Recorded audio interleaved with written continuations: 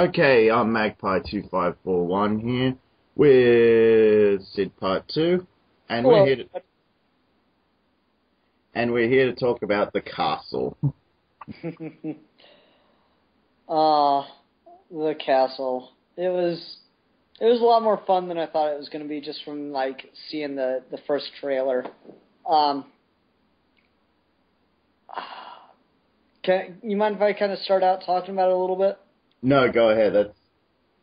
All right. I don't know if you've seen this TV show, The Middle. It's on I think ABC or one of the major networks.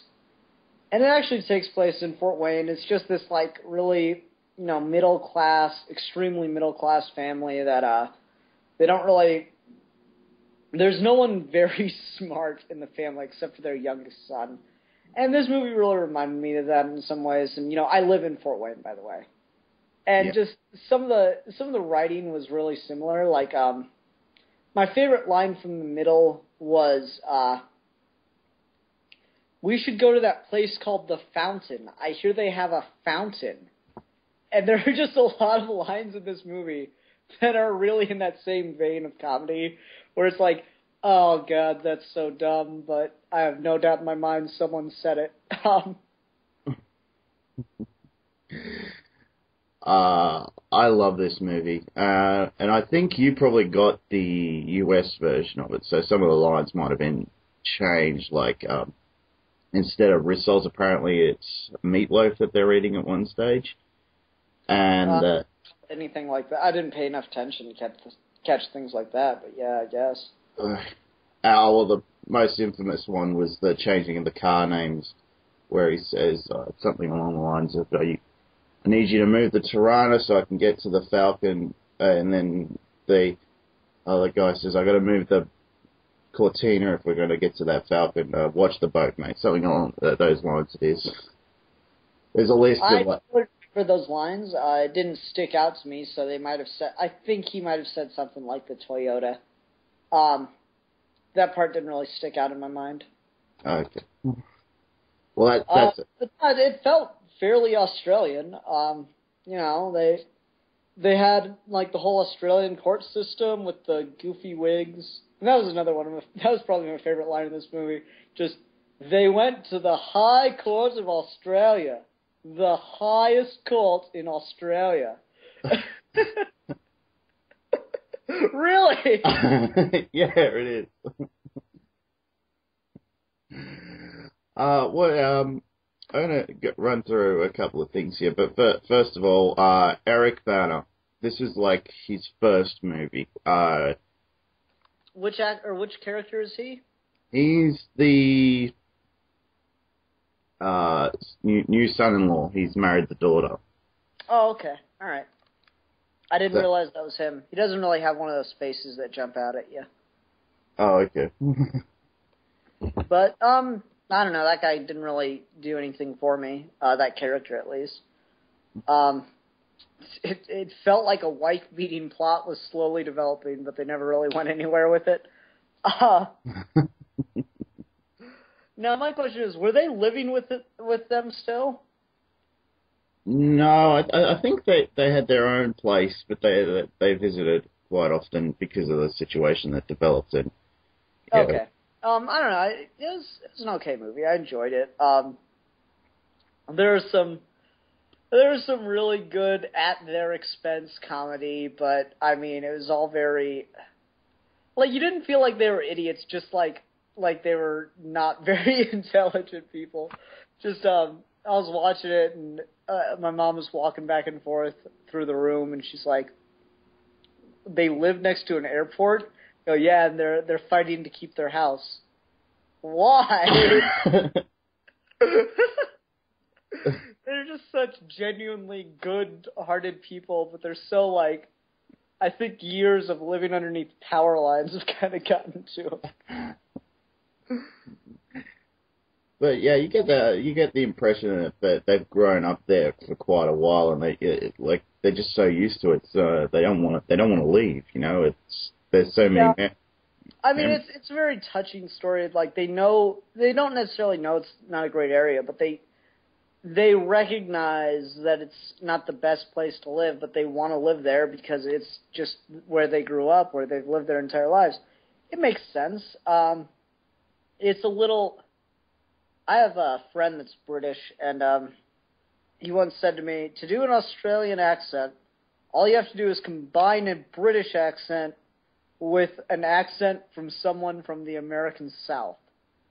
And I just feel like that's relevant to this movie.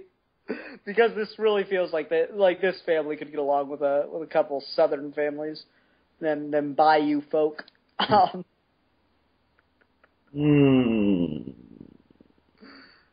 don't know. Yeah.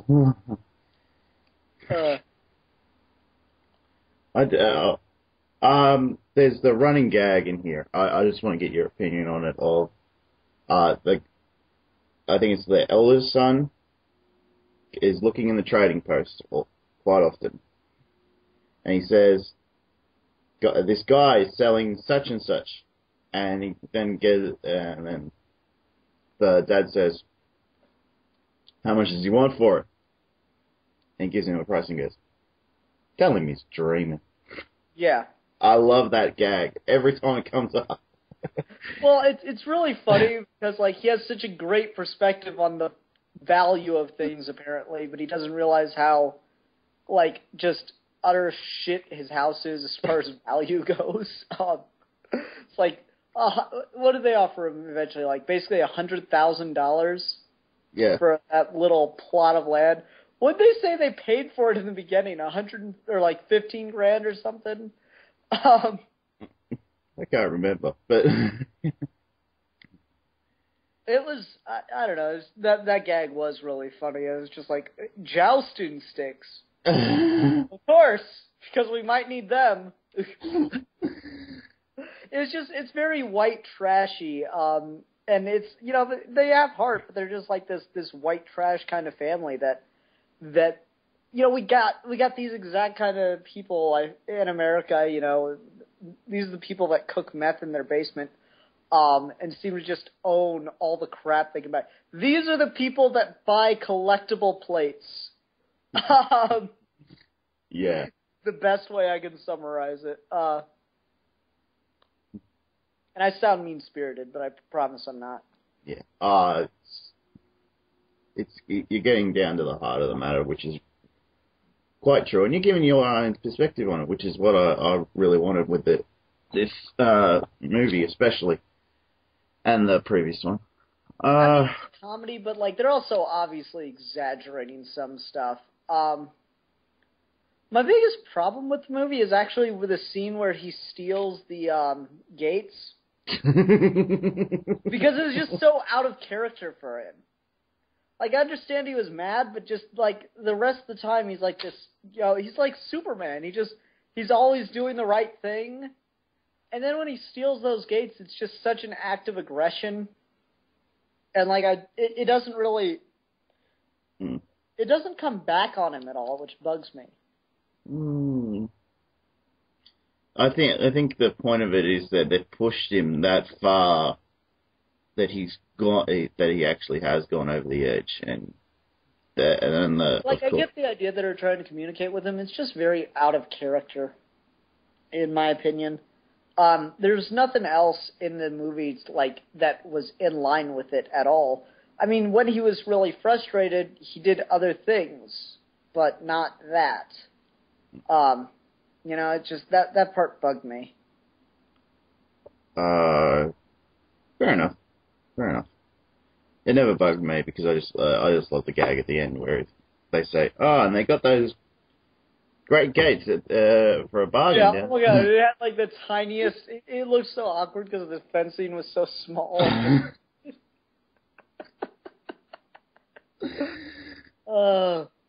No, I did enjoy a lot about that. It was really funny to see just some of that stuff happening. I love just how. What was the line? Dad, I dug another hole. It's filling up with water. They're just so damn proud of themselves. They have no reason to be, but that's okay. Um, there's a lot of this. It's just like it's kind of like watching the Three Stooges. They're idiots, but that's all right. Um, you don't hold it against them for being idiots. It's what makes that's the word I want. It's endearing. Yeah. It's endearing. It's just kind of like it's almost like cute. This dumb shit they're doing in this movie. It's almost cute, and I'm not a huge feel-goody ending movie person, but this was one of the few I really enjoyed. Just because it's a believable enough ending. I mean, he doesn't exactly meet the guy that saves them completely by chance, and it's just his own, honesty and good-natured material. The main character is good-natured sense of character that attracts their saving grace, that lawyer at the end of this movie. I really enjoyed a lot about that. That was fun. I bet you won't notice this, but the lawyer was in the previous movie we watched as well. Really? Yep. Give me a minute. Nah, I got nothing. Who was he? He was in one scene. He was in. He played the Victorian premier that got the letter in the last. Oh, okay, yeah. He had a big long beard, so it's understandable. Yeah. You don't know. That actually reminds me of one problem I had with this movie, though. I didn't mind that the main character and the family were all kind of dumb.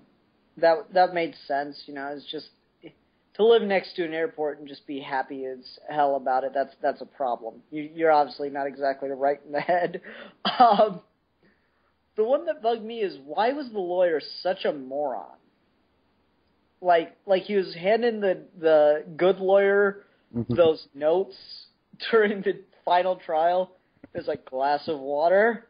It was funny, don't get me wrong, I enjoyed the joke. It was just really, I don't understand why he was an idiot also.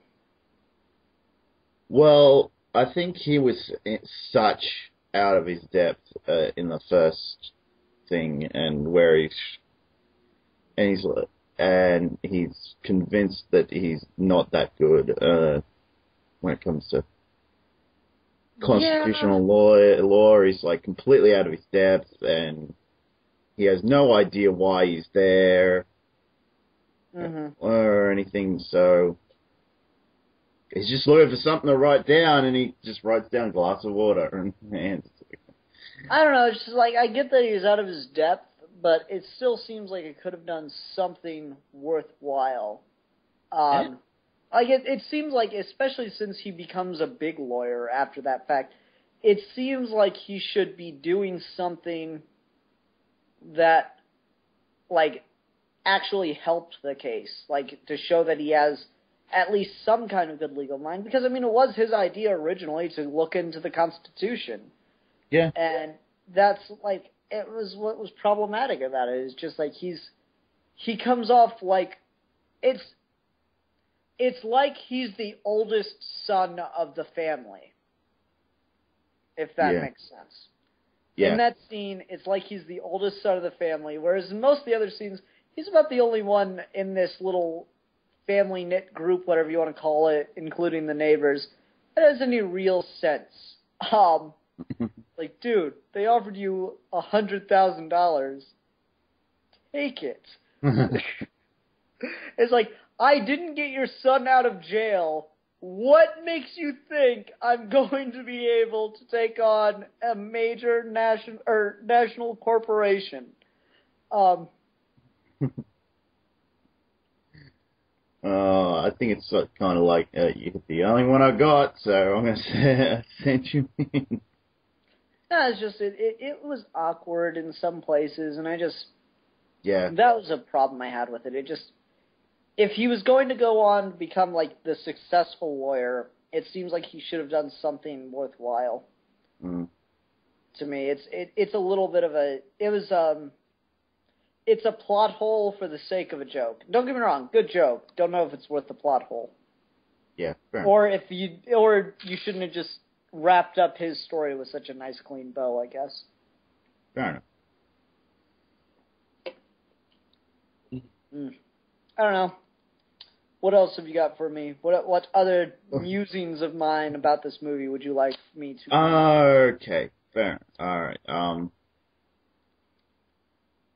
Everybody, Magpie woke up, so yeah. he's a little out of it. Not, it's 7 o'clock for me. I'm going strong and drinking Mountain Dew. And I have a sonic screwdriver, so I'm playing with it.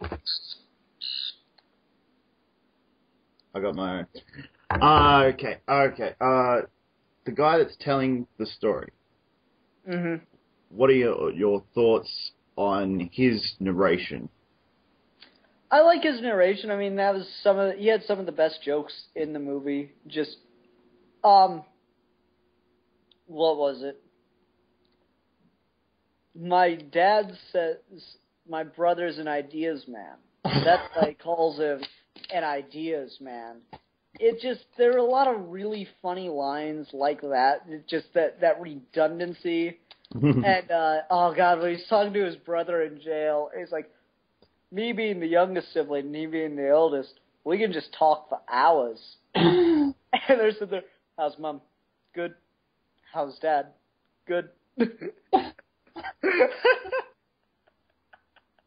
just so simple-minded. I've made this joke a couple times before, but it's a good joke. When you see someone and they're just kind of like, staring at a wall or whatever, you can go, what are you doing? And they say, thinking. And you go, oh, what about? And they say, nothing. Like, most times you figure they just don't want to divulge what they're actually thinking about. But I'm beginning to ponder that the majority of the population that says that really just has white noise going on in their head. And, that's how I kind of feel about some of the people in this family. They're just like, they're so damn just blockheads. And it's not a bad thing because they're endearing characters. You do legitimately care about what happens to them because, they're kind of fighting against the world. They're the underdog and you do want them to win, but it doesn't change the fact that they're frickin' morons.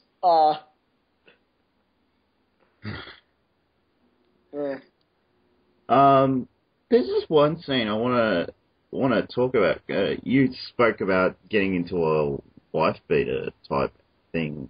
I thought that it's the way he was like kicking the bag and telling her to hold it straight. It just looked like I was waiting for that scene where he kicks his wife in the face. I thought that they were going to have the Eric Bana character cheat on her because of this.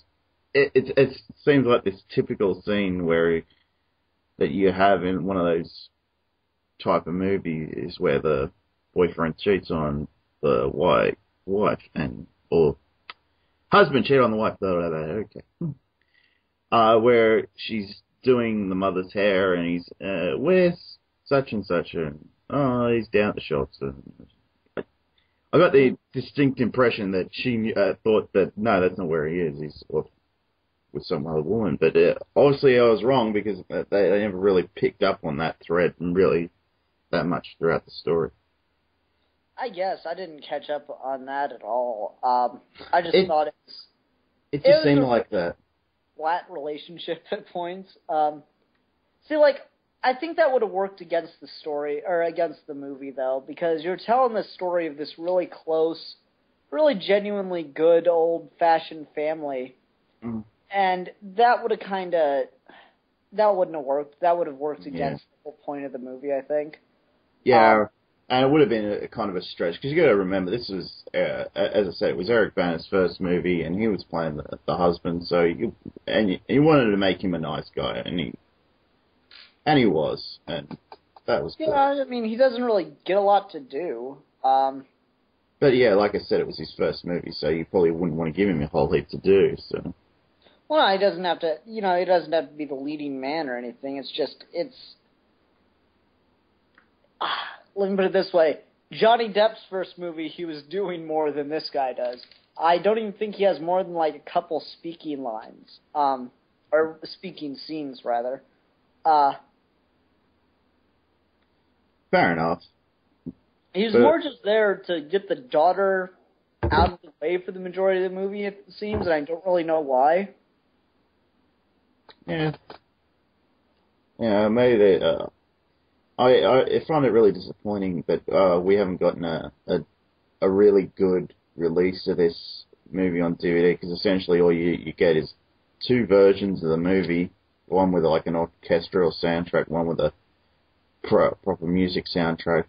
And you don't really get no deleted scenes or anything, so I'm hoping that eventually we do get that, and we get find out, the movie might have been gone this way with these characters or something. But I mean, that'd be useful, but I think it stands on its own well enough. I mean, I enjoyed it. I mean, I don't want to sound like I'm bashing it. There's a lot in this movie that's really good, and it's a movie that actually tells a story worth telling. You know, this little guy standing up against the government or a giant corporation, kind of both, really. It's a story that's worth looking into and talking about. It's not cliche, really. You know, the fact that he wins is a genuine surprise to everybody involved. Yeah. So I don't know. I really enjoyed parts of this. It's a fairly good flick. I'd say go watch it.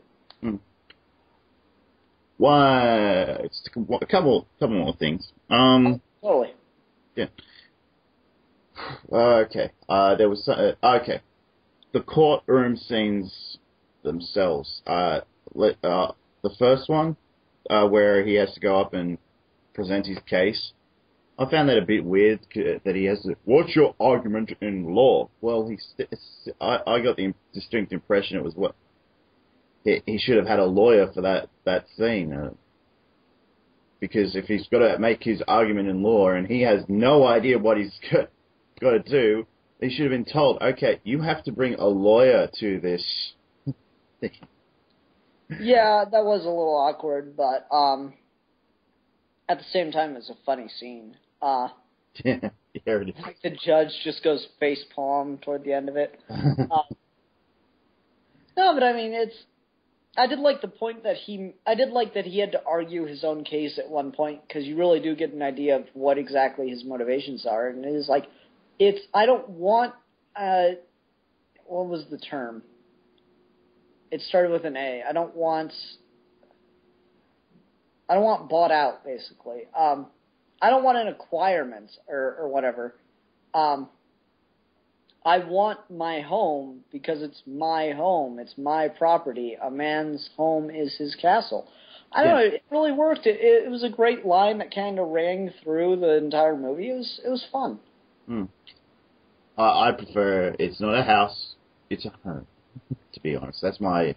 Yeah, it's just the movie's titled Castle for that. Yeah, reason. Yeah, but I think that I like that line better. But yeah, the second one, that's the one that I'm just like, oh, that poor guy. You can see. Give me 1 minute. Just give me 1 minute.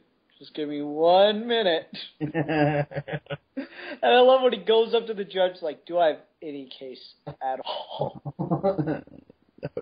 It's very weak. And then the other side just submit their findings. They win. Oh. But yeah, you kind of feel emotional. I think it's after that one where he's convinced that he can't take it any further, and he's just like, oh, we've lost. Yeah, I did like that about it. Just that scene where he's defeated was really well done. He's just all quiet and he's very depressed, and the actor pulled that off really well. Well, he's quite experienced. He was doing a TV series at one point, and then this was like his big comeback was this movie, and then of course he went and did The Animal with Rob Schneider. Oh God! So he was the professor. Yeah, he was. That's where I recognized him from. Yeah, but over here, he's known for his role in the Sullivans, which Okay. was, yeah, I'll tell you about that afterward. Then, yeah, and I love the where Bud Sigwell's character comes into it. Sorry, I can't remember it. The big gun lawyer, the Queen, his counsel. Oh yeah, he was cool. Yeah. And yeah, I love character as well. That like you get the sense that he's kind of lived like they have at some point in his life, and he's knows what they're going through. That's why he's going to help them out. I always thought like, and I don't know if he'd been there because he was very successful, obviously. I just felt like that scene with what's his face in the hallway, just like really endeared him with Daryl in the hallway. Just really endeared the whole case to him, and you felt what we felt throughout. I mean, throughout the entire movie. Anytime you see this guy, you really do have the sense of just he's just this lovable doofus. Yeah. I just felt that he kind of fell in love with the guy and just wanted to do something right for him. Yeah. Well, that was just my take on the character anyway. I got the impression that there had to be some reason in the back of this guy's character why he was going to help them out. Apart from the fact that, hey, yeah. But yeah, and what did you think when about when you found out that they won? Well, I wasn't surprised. I saw it coming, but yeah, it was still a strong case. I mean, that they do make a good point. Just because the government has a deal with the private interests of this airport doesn't mean that the airport just gets the right to kick someone out of their house, especially if they paid for the property. I mean, there's legal standing there. He paid off that property. He owned it. He wasn't renting. He wasn't, paying a mortgage to the bank. He owned the damn property, and they had no right to kick him out just because they wanted to expand. Now, I mean, the movie does clearly make the point that just because he loves the home doesn't make it a very good home. It's kind of a eyesore. But that doesn't change the fact that he still has a right to live there. I don't understand how for $100,000 you can't find at least kind of a better home. Well, at the time when this movie was being made, that wasn't a great deal of money. When was this made? I'd say at least 98, maybe even earlier. Yeah, 97. I'm looking at it right now. Oh, okay. Saved me having to get up and find my DVD. But yeah, 97. So yeah, $100,000. That wouldn't get you very much. It'd get him more than he friggin' had. He would have to put a down payment on a property, and he'd probably, Yeah, he'd have to put a down payment, but he's also still working. And that's the thing I didn't understand. He just magically seems to come into so much money at the end of this movie. Or his son stole all the damn flatbed trucks. I don't know if I missed something there. Well, you got to remember too that he obviously the name Kerrigan, obviously it means something. So obviously when he has to go tow someone, they want to meet Daryl Kerrigan. So he's at least famous for a little while. So. I mean, that's a plausible explanation, but they don't give it. It's just suddenly he has all these different tow trucks. And since he's in business with his son now, and we just saw his son get out of prison, it was just a really awkward scene. He's like, did he steal all the damn tow trucks and nobody noticed? It's kind of awkward that they didn't explain that. Yeah, I got the impression that maybe that happened over a period of time, but... yeah, obviously it did, but I'm just saying, it's so weird that they had all these different trucks, and he seems to come into so much money toward the end of it because he starts doing a lot more. Yeah, well. And that's something else I didn't quite get. If you love Danny, what do they call it? Danny Boone? Oh, Bonnie Doon. Bonnie Doon, thank you. We're going if they to love that Bonnie so much, yeah. If they love that area so much, why not just build the rest of your house out there? You own that land too. Yeah, but that property is probably a fair way away from where they are in Melbourne. Because I'm trying to think. Hang on. It's a probably at least an hour's drive, roughly, to where that would probably be. I'm guessing. I'm not sure exactly where that was. And fair enough. I guess he's got to stay in an area where he can have business, but still, I mean, like, dude, you own freaking a summer home, and it's in just as nice or possibly even nicer an area as you're living now. I'd trade a floodplain for an airport any day. Mm-hmm. Wait, I'm sorry. I mean, I'd trade an airport for a floodplain any day. I don't know. That was just weird. But yeah, I got the impression that that wasn't not a big house. He couldn't really live out there. No, I get that. But I'm just saying, like, you can build out there. You own the land. And you realize how much he loves doing extensions too. So yeah, waiting on some cheap siding. I know. Cladding. What? Cladding. Oh, well, they said siding in the movie. Oh. All right, fair enough. Just shows you how much difference there is between them. So. I mean, they changed some of the slang to make it more accessible. I don't really have a problem with that, to be honest with you. No, that's fine. That's fine. That's fine. I mean, it didn't seem like the language was really that important to it. No, not really. But it's one of those things. I'm just like, meh. No, it's a bit annoying, but not terribly so.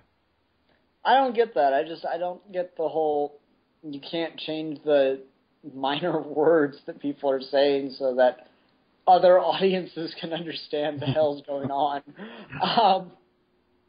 Well, it's part of the Australian culture, you see. So yeah, without I don't really hate it. It's just like that. Like, okay, risol and meatloaf are two completely different things, right? Meatloaf is this huge thing, right? It's like a meat loaf.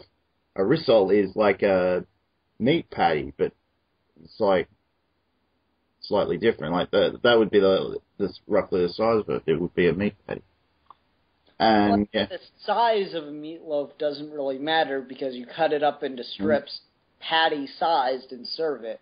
What meatloaf is you take several different types of meat, mash it all together, and bake it as one loaf, as if it's a piece of bread. Or not a piece of bread, as if it's a loaf of bread. So, like, what do you call it, risol? Risol, okay. What exactly goes into making one of those? Okay, you have a similar process, except you do it in a fry pan, and essentially what meatloaf in a fry pan. It's really friggin' greasy, but you can do it. Oh, okay. Well, you pat them down like patties, sort of thing. Yeah, well, with meatloaf, you just cut it after you bake it and serve it like it is a patty. So there's not a world of difference here. Yeah, no, I'm not saying there is. I just said meatloaf because either way, you're combining different types of meat. Fair enough. And so it's not a world of difference, and it doesn't change the scene. I mean, changing some of the slang or special words for things doesn't change the scenes, to me at least. I don't feel like I watched a completely different movie than you. No, I'm not saying you did. It's just like you kind of watched it in a completely different language. Maybe would probably be. No, I mean here's the thing. They don't give enough context visually to understand what the slang means, so I'd rather they change it so I don't get hung up thinking about this word and what it might mean instead of paying attention to the plot. Fair enough. It'd be different if it was something like Clockwork Orange, where, yes, they're talking in slang the whole time, but you can clearly tell what they're talking about because of what's going on in the scene. Like when he said, little sisters come with uncle and I'll show you a fun time or something to that effect. And then they go back to his apartment and they have sex for several hours. You can clearly tell what the slang was intended to mean. Fair. And this, like, there's no, I don't even think we saw the damn plate when they talked about the food. In that yeah, that's how they were able to get away with it. Did they at least mention sponge cake? Yeah. Okay. Because I wasn't sure. I've had sponge cake, to be honest with you. Oh, okay.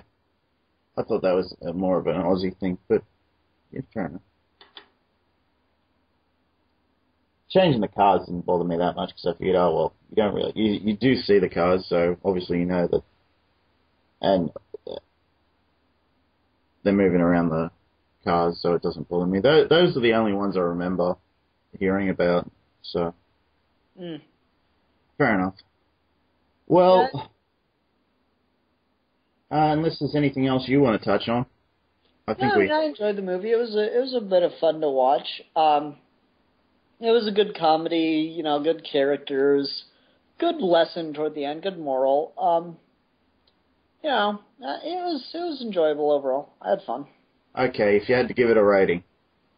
Probably like 3.5 to 4 stars. Yeah, okay, that's pretty good. Out of 5. It gets a little.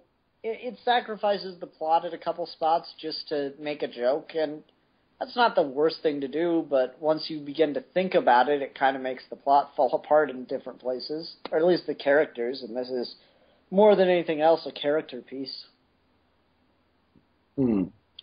Oh, I would probably give it 4 stars just for the fact of how cultural it is. Like, it is Australia's favourite movie, and it did hit at like the right time, and it was a huge explosion when it came out.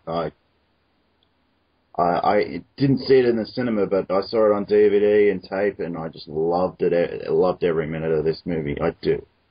But I do see what... just had a special features full DVD release then, if it was such a big movie when it came out. That's odd. Well, okay, it was... Alright. It's kind of like Blair Witch or something. It was this little indie movie that just hit at the right time in Australia, and it just exploded. Like, it was not intended to do that. So that's my justification of it. It was like, well, we weren't expecting this. We were just hoping to get our money back, sort of thing. So,